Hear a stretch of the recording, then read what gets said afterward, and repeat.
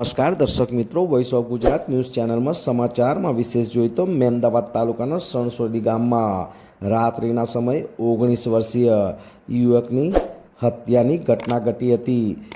મળતી વિગતો અનુસાર મહેમદાવાદ તાલુકાના સણસોડી ગામમાં શરદ પૂર્ણિમાની રાત્રે ભવ્ય ગરબા મહોત્સવનું આયોજન કરવામાં આવે છે।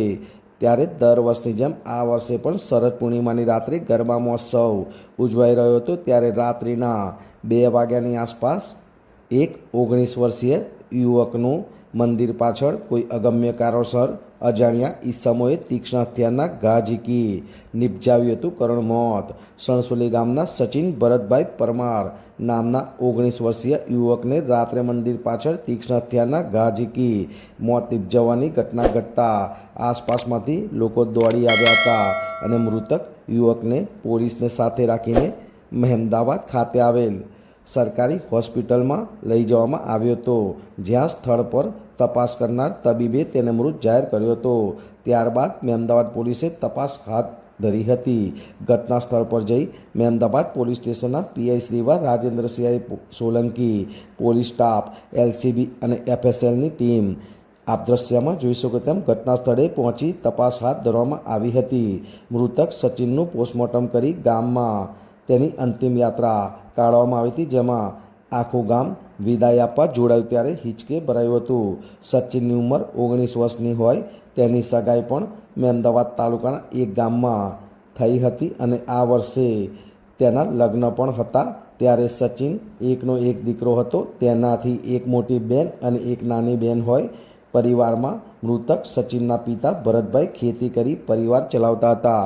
ત્યારે આવા 19 વર્ષીય યુવકનું દુઃખદ અને કરુણ મોત નિપજાવતા અને નિર્દય એવા લોકોએ અજાણ્યા ઈસમોએ તીક્ષ્ણ હથિયારના ઘા ઝીકી તેને મોતને ઘાટ ઉતારવાની ઘટનાને લઈને મહેમદાવાદ પોલીસે આ હત્યાને અંજામ અપાવનાર આરોપીઓની શોધખોળ તેમજ તપાસ હાથ ધરી હતી।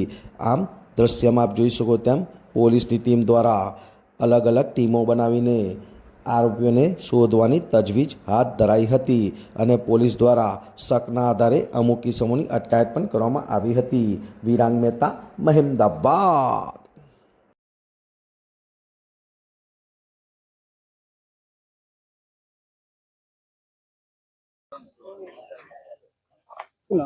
ભીખાભાઈ છબાભાઈ પરમાર। ગત રાત્રે અમારે મોડી હતી શરદ પૂનમની। દર વર્ષે શરદ પૂનમની મોડી હોય હતી।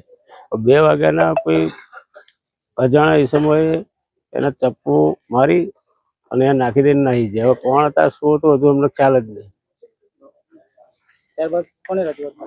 અમને તો રાતે મારો તો ભત્રીજો થાય, ભત્રીજાનો બાબો થાય, રાત્રે મને હું અહીંયા ગાડી બીજી નાના ઝઘડામાં મેં રાખ ભાઈ કઈ હ નહીં, પણ પછી તેને દવાખાને લઈ જતા અમને જાણ કરી કે ભાઈ પોલીસે કે ભાઈ આને દવાખાને લઈ જાય અને દવાખાને જઈને ડોક્ટરે મુજ જાહેર કર્યો હતો।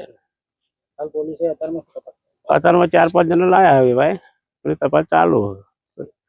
એફએસએલ ને બધા આયા અહીંયા ગાડી ડોગ ને બધું મંગાવ્યું। અમારે તો ન્યાય જોઈએ ને, અમારે તેને મારીને જોઈએ એટલે થોડો અમારે એને છોડી દેવાય। પોલીસ જોડે અમે અમારા સંજય વિધિ પટેલ અમે તઈ જ છીએ।